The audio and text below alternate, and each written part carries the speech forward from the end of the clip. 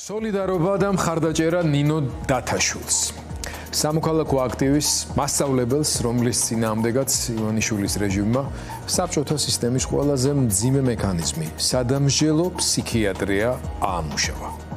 სოლიდარობა საზოგადოება ხვალ აქციით გამოუცხადებს. საპროტესტო მსვლელობა საღამოს 8 საათზე თავისუფლების მოედანზე დაიგეგმა. პედაგოგისა და აქტივისტის წინააღმდეგ სასამართლოს მიერ გამოტანილ უკანონო ვერდიქტს იძულებითი მკურნალობის შესახებ ეხმაურებიან ქართველი ემიგრანტებიც და არა მარტო ისინი. ამ თემაზე და სისტემის ფსიქოლოგიურ ტერორზე სასაუბრო დროების სტუდიაში ჩვენი ხშირი სტუმარი ფსიქოლოგი ელენე ჯაფარიძე შემოგვიერთდა. ელენე, მადლობა რომ ჩვენთან ერთად ხართ. ეს სიუჟეტიც ძალიან უცნაური იყო იმ მხრივ, რომ კონტრასტებს აჩვენებდა თითქოს ორი რეალობის, არ და ეს ორი რეალობა ვერ იქნება. ამ პატარა ქვეყანაში, პატარა საზოგადოებაში, რაც არ უნდა ვცადოთ ცალკეულმა საზოგადოებრივმა ჯგუფებმა ერთმანეთისგან იზოლირება, გამორიცხულია ეს ამბავი. სუფრაზე შეხვდები ქორწილში, ნათლობაში, ქელეხში, ბოლოს და ასე შემდეგ და რაღაცა თითქოს კი არის მცდელობები, რომ ადამიანებმა ეს თავიანთი სოციალური ბუშტის იზოლირება შეინარჩუნონ, მაგრამ არ გამოდის ეს ამბავი და არც გამოვა არასოდეს. ჩვენ ყველას გვინდა, რომ ამ საზოგადოებაში რაც შეიძლება მეტ ადამიანს, სხვადასხვა სოციალური ჯგუფის, პოლიტიკური შეხედულებების კონდეს საერთო პლატფორმა უკეთესი განწყობის, ბედნიერების შენების და ეს ყველაფერი შეუძლებელი ერთმანეთის პატივისცემის გარეშე რომ მოხდეს. ის რომ პატივისცემაზე კი არა ადამიანის ღირსების განადგურებაზე არის ორიენტირებული ეს პოლიტიკა, რომელსაც უყურებთ, აგერ მსიამაღლობელი სასამართლო პროცესი, აგერ ნინო დათაშვილის მიმართ ეს გადაწყვეტილებები, ამის არგუმენტი და მაჩვენებელი არის, მაგრამ დათაშვილის შემთხვევა პედაგოგი ქალის, მე მგონი მაინც განსაკუთრებულია ამ სიტუაციაში, აი მე ეს საბჭოთა ფსიქოლოგია, აი პირველად ამომიტივტივდა ჩემი ბავშვობის დროინდელი ეს იმ პერიოდი ძალიან ცუდი მოგონებები და ალბათ ამიტომაც არის ასეთი რეაქცია განსაკუთრების სპეციალისტების. თქვენც მათ შორის ხართ. რატომ არის ეს განსაკუთრებული შემთხვევა და რატომ არის საჭირო განსაკუთრებული რეაგირება საზოგადოების და არა მარტო პროფესიონალის? მოგესალმებით გიორგი და მივესალმები მაყურებელს და განსაკუთრებულად შემზარავია ეს შემთხვევა, ასე ვიტყოდი, იმიტომ რომ ეს შემთხვევა ჩვენ გვაბრუნებს ძალიან ბევრი წლით უკან, ზუსტად იმ ეპოქაში, სადაც ფსიქიატრია იყო ინსტრუმენტი ადამიანის ღირსების შელახვისა და ადამიანის თავისუფლების შეზღუდვის და არა ადამიანზე მორგებული რაღაცა სამედიცინო ჯაჭვი, რომელიც მიზნად ისახავდა მაგალითად ადამიანის ეფექტიანობის გაზრდას მისი დიაგნოზის მიუხედავად, ხო? შესაბამისად, ჩვენ საკმარისია ვიცოდეთ უბრალოდ ჩვენი უახლესი ისტორია, რომელიც ახლა საბჭოთა კავშირის სულ არ არის დიდი ხნის წინ, ხო? მე თვითონ ვარ საბჭოთა კავშირის დროს ჯერ კიდევ დაბადებული და არ არის აუცილებელი მარტო ისტორია, მთელი ლიტერატურა რო შევხედოთ რას გვეუბნება იმას, რომ ნებისმიერ რეჟიმს ყოველთვის აქვს სამი მიმართულება, რომლითაც ყველაზე კარგად ახერხებს, რომ მისთვის არასასურველი ინდივიდი განეიტრალოს, ის რომ საერთოდ არ სჭირდება მისი მაგალითად ლიკვიდაცია. ის შეიძლება ისე მოუსპოს ყველანაირი ღირსება და ავტორიტეტი, რომ ამ ადამიანმა ესეთი სოციალური მკვლელობა, რასაც უყურებთ თუნდაც ახლა, ხო, რომ მთლიანად წაგიშალონ ღირსება. ძიმე სიტყვებია, მაგრამ ასია ზუსტად სოციალური მკვლელობა, ანუ შენ რჩები ცოცხალი, მაგრამ ცდილობენ რომ შენ საზოგადოებისთვის აღარ იყო მისაღები და ადამიანს ყველაზე მეტად მაგისი ეშინია, იმიტომ რომ ჩვენ სოციალური არსებები ვართ, რომლებსაც გვჭირდება ვიყოთ საზოგადოებაში დაფასებული წევრები და მთელი თანამედროვე საზოგადოების პრინციპები იმაზე დგას, რომ თითოეული ჩვენი ინდივიდუალობა და ღირსება იყოს პირველი და შემდეგ უკვე ყველაფერი, ხო? და რას გვასწავლის ისტორია? იმას, რომ ადამიანის ფსიქიკური ჯანმრთელობა, ადამიანის სექსუალური იდენტობა და იგივე ფსიქიკურ ჯანმრთელობაში შემავალი ნარკომანია, რომელიც იყო პირდაპირ არა დაავადებად, არამედ კრიმინალად წოდებული და საერთოდ იყო წაშლილი ის, რომ ეს არის ერთ-ერთი სერიოზული დაავადება. ეს იყო манипуляციის საუკეთესო საშუალებები, განსაკუთრებით ფსიქიკური დიაგნოზი და ციხე. მაგრამ ფსიქიკური დიაგნოზით манипуляცია რატომ არის განსაკუთრებულად შემზარავი, ხო? იმიტომ რომ ჯერ კიდევ არსებობს სტიგმა, რომ როდესაც შენ რაიმე ტიპის ფსიქიკური დაავადება გაქვს და გაქვს დიაგნოზი, რატომღაც ეს ნიშნავს, რომ შენ აბსოლუტურად წაშლილი გაქვს ყველანაირი ცნობიერება, რაც ესე არ არის. რა თქმა უნდა, არსებობს გარკვეული დიაგნოზები, რომელიც მწვავე მდგომარეობაში ადამიანს ნამდვილად აქვს რაღაცა წაშლილი ცნობიერება, მაგრამ როდესაც ადამიანი არის მკურნალობაში, მაგ შემთხვევაში მთელი თანამედროვე ფსიქიატრია დგას იმაზე, რომ ჩვენ გამოვიდეთ დიაგნოსტირების აი ამ ჩარჩოდან, რომ ადამიანს მივაკრათ იალიღი და დავაჯეროთ, რომ ადამიანი ბევრად უფრო მეტია, ვიდრე მისი დიაგნოზი. და აი ეს ყველაფერი, რაც დღეს ხდება, ეს ყველაფერი ჩვენ გვხევს ძალიან უკან, 100 წლით უკან, რომელიც სხვათა შორის ფსიქიატრის და ფსიქიკური ჯანმრთელობის აი ესეთ იარაღად გამოყენება, ეს არ იყო მარტო საბჭოთა პრაქტიკა, ეს იყო ნაცისტური გერმანიის პრაქტიკაც, სხვათა შორის საკმაოდ დისკრიმინაციული იყო იგივე ამერიკული ფსიქიატრია, იქამდე სანამ დაიწყებოდა ქალთა უფლებებზე საუბარი, სუფრაჟისტების მოძრაობა, იმიტომ რომ განსაკუთრებით ქალი არის მოწყვლადი, იმიტომ რომ განსაკუთრებით მარტივია პატრიარქალურ სისტემაში ქალს მიაკრა იარლიყი, რომ ის არის ემოციურად არასტაბილური, ემოციური ლაბილურობა, ასე შემდეგ. რაც შემთხვევით ხდება, რომ აი ამ სიტყვებს თავიანთ პოლიტიკურ ლექსიკონში ხშირად იყენებენ ოცნების წარმომადგენლები. აი მაგალითად, ყველაზე ხშირად რაც გვესმის, რომ აი კლიმაქსიანი ქალი და ასეთი ტიპის სიტყვები, რომელიც თავიანთ პოლიტიკური ოპონენტების მიმართ ემეტებათ ამ ადამიანებს, კაცებს, რა თქმა უნდა, ძირითადად. შემთხვევითობა ეს გაუზრდელობის, უკულტურობის, გაუნათლებლობის ბრალია, თუ არის ის, რაც ახლა თქვენ საუბრობდით, რომ აბსოლუტურად გამიზნული განსაკუთრებით აი ქალების მოწყვლადობის გათვალისწინებით იმ სპეციფიური მენტალობის მქონე საზოგადოებებში, როგორთაც ჩვენ განსაკუთრებით საბჭოურმა მემკვიდრეობამ გვაქცია და ჩამოგვაღალიბა.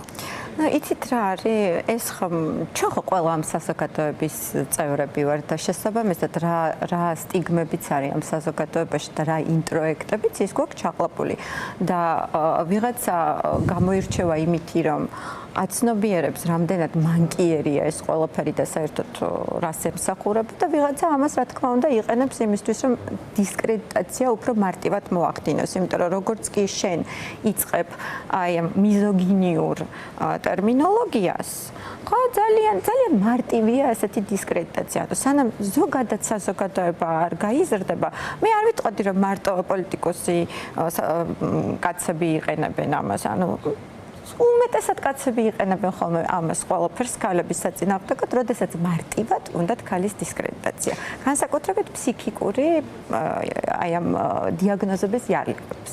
ყოველგვარი საფუძვლის გარშემო. მაგრამ აი ქალბატონ ნინოს შემთხვევაში საერთოდ არ არსებობდა ამ თემაზე საუბრის დაწყების აუცილებლობა. ჩვენ გვყავდა მისი ადვოკატი ქალბატონი სულ 1 საათის წინ, აქვე ჩვენ სტუდიაში მრგვალ მაგიდაში, სადაც მან ძალიან დეტალურად აღწერა ეს სურათი და აღმოჩნდა, რომ 5 თვის წინ გაგზავნილ რაღაცა ტიპის ცნობაზე, საბუთზე, განაცხადზე, რომელიც მიმართული არის ძალიან კონკრეტული, ასე ვთქვათ, ხერხემალთან დაკავშირებული რაღაცა ტკივილებისა და დაავადების და აქედან გამომდინარე იყო ნახსენები ემოციური ლაბილობა, ხო თუ სწორად ვამბობ, რომელიც ახლა მეც კი ხვდები ამ სფეროში ნაკლები განათლების მქონე ადამიანი, რომ ეს ჩვეულებრივი ამბავია, ნებისმიერი ფიზიკური დისკომფორტის ან ემოციური სტრესის პირობებში შეიძლება ნებისმიერ ადამიანს ჰქონდეს და გვაქვს კიდეც.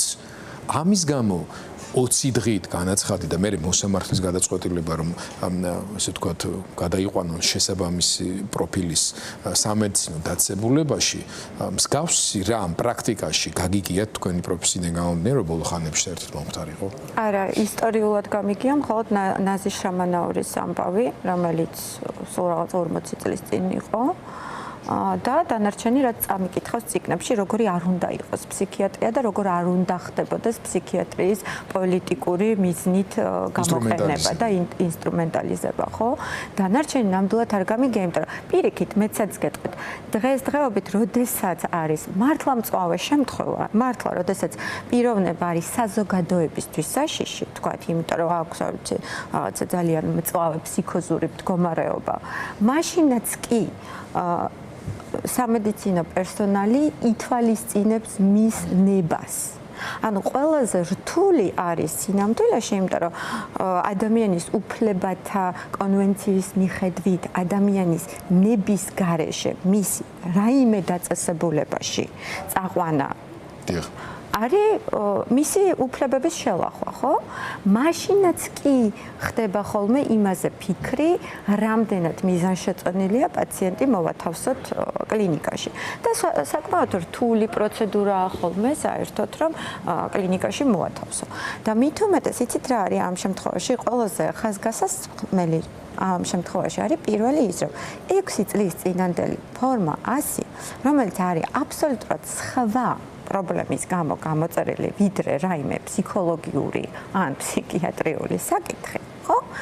ნევროლოგის მიერ დასმული დიაგნოზია, რომ არის ხერხემლის პრობლემა.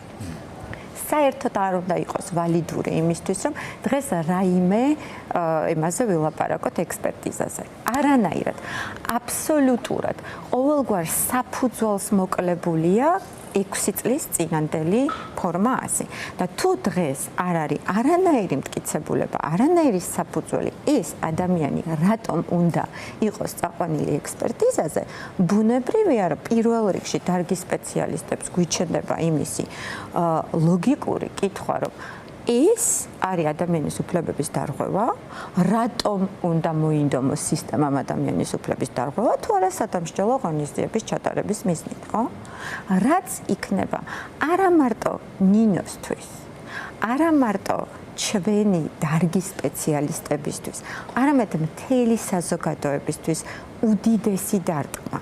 ჩემთვის ეს არის ღირსების შეფლახავი, რომ მე როგორც ფსიქიკური ჯანმრთელობის სპეციალისტი, რომელსაც მაქვს ხედვა, მისია და მიმაჩნია, რომ ჩემს კოლეგებთან ერთად გარკვეული წვლილი მიმიწვის, რომ საქართველოში ჩვენ გვქონოდა რაც შეიძლება უფრო ნაკლები სტიგმა, რაც შეიძლება უფრო მეტი ფსიქოგანათლება, რაც შეიძლება უფრო ღია კარი იმისკენ, რომ საზოგადოებაში მომხდარიყო ფსიქოლოგიური და ფსიქიკური ჯანმრთელობის მქონე ადამიანების ინტეგრაცია, სოციალიზაცია და ასე შემდეგ, ჩემთვის არის სრულიად ღირსების და კატასტროფის წინაშე ვდგავართ.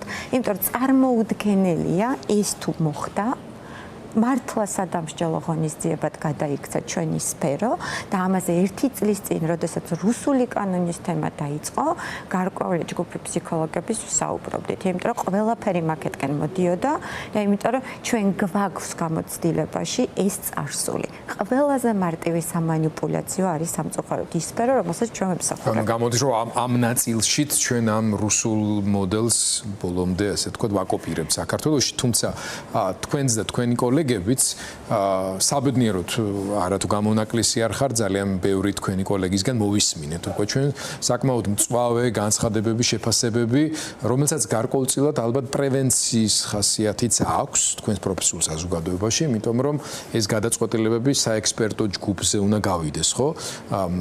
ითქვა უკვე რომ არის გარკვეული ვარაუდები, ანუ ითქვა სახელები და გვარები, რომელთან მიმართებაშიც მათ პროფესიული კარიერის და წარსულის გათვალისწინებით გარკვეული ეჭვებიც გამოითქვა, მათ შორის ნაზი შამარნაურის ცნობილ ისტორიაში მონაწილეობასთან დაკავშირებით.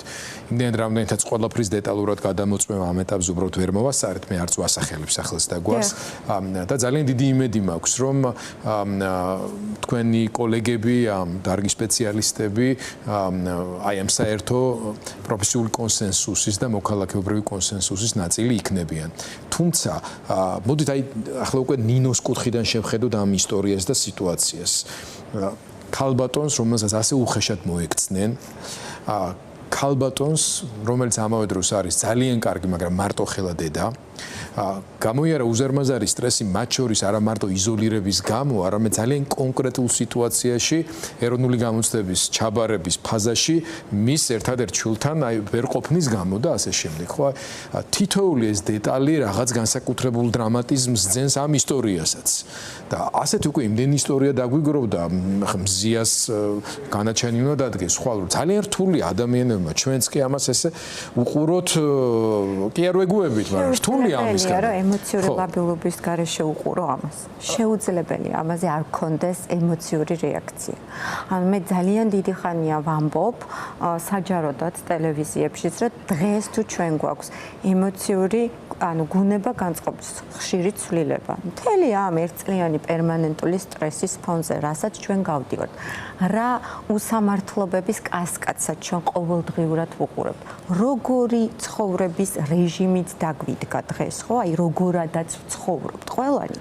აბსოლუტურად ბუნებრივი რეაქცია იყო სევდიანი, ხშირად გეცვლებოდეს გუნება განწყობა, ტიროდე, ნერვები გეშლებოდეს, გიჭირდეს ბრაზის კონტროლი, გამოხატავდე ფრუსტრაციას, მარტივად ფეთქდებოდე, ბუნებრივი მდგომარეობა აბსოლუტურად პათოლოგიურ სიტუაციაზე. ადამიანის შეფასება საერთოდ ნებისმიერი დიაგნოზი, განსაკუთრებით ფსიქიკური ჯანმრთელობის მიმართ თულებით არ შეიძლება კონტექსტის გარეშე. კონტექსტის გარეშე ადამიანისთვის გარკვეული დიაგნოზის დასმა ნიშნავს მისთვის იარლიყის მიკვას. იმიტომ რომ ნახეთ, აი ეხლა მაგალითად ჩვენ რო შეგვეცვალოს კონტექსტი, მე და თქვენ და რაღაცა უცებ საფრთხე მოხდეს, ჩემი და თქვენი ხმის ტემბრიც კი შეიცვლება. და ვიღაცამ რომ მხოლოდ ჩემი და თქვენი რეაქცია იმის გაღიზიანების გარეშე ადგეს და შეაფასოს, ეს იქნება აბსოლუტურად დისკრიმინაციული პრაქტიკა ჩემთან და თქვენთან მიმართებაში. სოფა, მე გეტყვით მაგალითად, ჩემს მაგალითს რამდენიმე დღის წინადაც მაინც რადგანაც ახლა შესაბამის სპეციალისტთანაც ვლაპარაკობ, მაყურებელმაც მინდა იცოდეს, მით უმეტეს რომ შეამჩნევდა რამდენიმე დღის წინ აი გამოსახლებების ამბავი და ისტორია რო იყო, რომელიც არ დამთავრებულა, იმიტომ რომ ეს ხალხი არც დამთავრდება ელენე სანამ ქუჩაში იქნებიან ეს ადამიანები და სანამ ასეთ მოუწესრიგებელ გარემოში იქნებიან და ახალგაზრდა გოგონა ყავდა ჩართვაზე, რომელიც ხერხული გახდა გამოსახლების, ერთი მცირეწლოვანი შვილით ამ პაპანაკებას ზაფხულში თავზე ჩამოანგრიეს ყველაფერი, გამოყარეს ქუჩაში. ეს გოგონა მერთვება, მე თვითონ გამიკვირდა იმანდენა თავშეკავებულად და აი დალაგებულად საუბრობდა. და ელოდება ბავშვს. და ხო, უყურეთ თქვენ, ხო და აქვე მინდა რომ აი დროების მაყურებელს და ფორმულას მაყურებელს ყველას ვთხოვო, რომ რაღაცა ფორმას გამოვნახავთ ჩვენ და ჩვენს გვერდზეც ალბათ გამოვაქვეყნებთ ან ანგარიშს ან რაღაც, იმიტომ რომ ისე გამოყარეს ხალხი იქიდან, რომ სიმწრე ძლივს რაღაცა დაგროვებული, აი ამ მშობიარობისთვის საჭირო და აუცილებელი ნივთების გამოტანაც კი სრულად ვერ მოახერხეს და მინდა რომ მას მაინც ამ შემთხვევაში განსაკუთრებით გვერდში დაუდგეს და ყვებოდა იქ არსებულ სიტუაციას და შორის მოყვა სხვა ოჯახების პატარა ბავშვებთან რომ მივიდნენ ადამიანები, უცხო ადამიანები და ასე შემდეგ და როგორ შეთავაზეს რომ ამ ზაფხულში სადღაც წაიყვანენ თავიანთ სახლებში, ზოგმა ბანაკში წავიყვან თუ ასე შემდეგ და აი რო ყურებ ძალიან გამიჭირდა ეთერის გაგრძელება. და მე ვფიქრობდი ჩემთვის რომ აი ანუ კი პროფესიონალი უნდა იყო ადამიანი და პირდაპირ ეთერშიც უნდა შეიკავო თავი. მაგრამ მე მგონია რომ ჩვენ მაშინ ვიქნებით არანორმალურები, ამ სიტყვას ვიხმართოს შეიძლება. თუ კი ჩვენ ასეთ რაღაცებს რეაქცია აღარ გვექნება. და ეს ამ ემოციურ ლაბილურობას თუ დავკარგავთ. აი მე ვარ ემოციურად ლაბილური ამ ყველაფრის მიმართ. იმიტომ რომ არ შემიძლია უყურო ამას მშვიდად.